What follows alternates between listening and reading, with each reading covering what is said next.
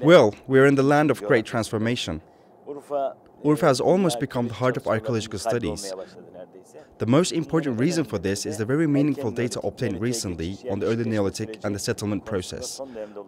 Of course, Göbekli Tepe, which has been discovered in the middle of the 90s, comes to mind at first.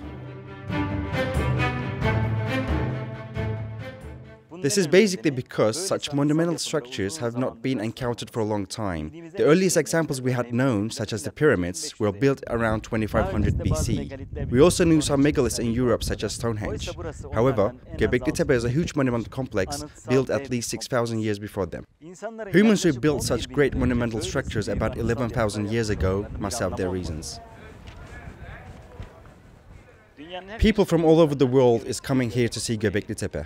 About 1 million people are expected to visit it in 2022.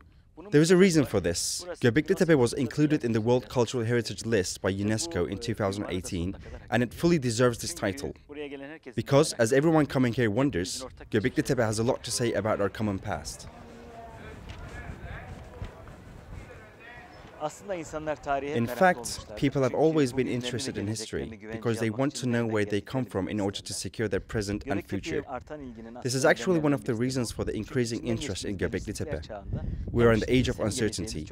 Neither our present nor our future seem safe. As the anxiety increases, people try to derive meanings from the distant past in order to position themselves safely in the universe. Yet, archaeology is a field of science that sheds light on the past using material findings. Many of its findings show that ancient people generated some very rationalistic solutions in their own circumstances. Therefore, what we really need to do is to try to understand why such a place was built under the conditions of those ages.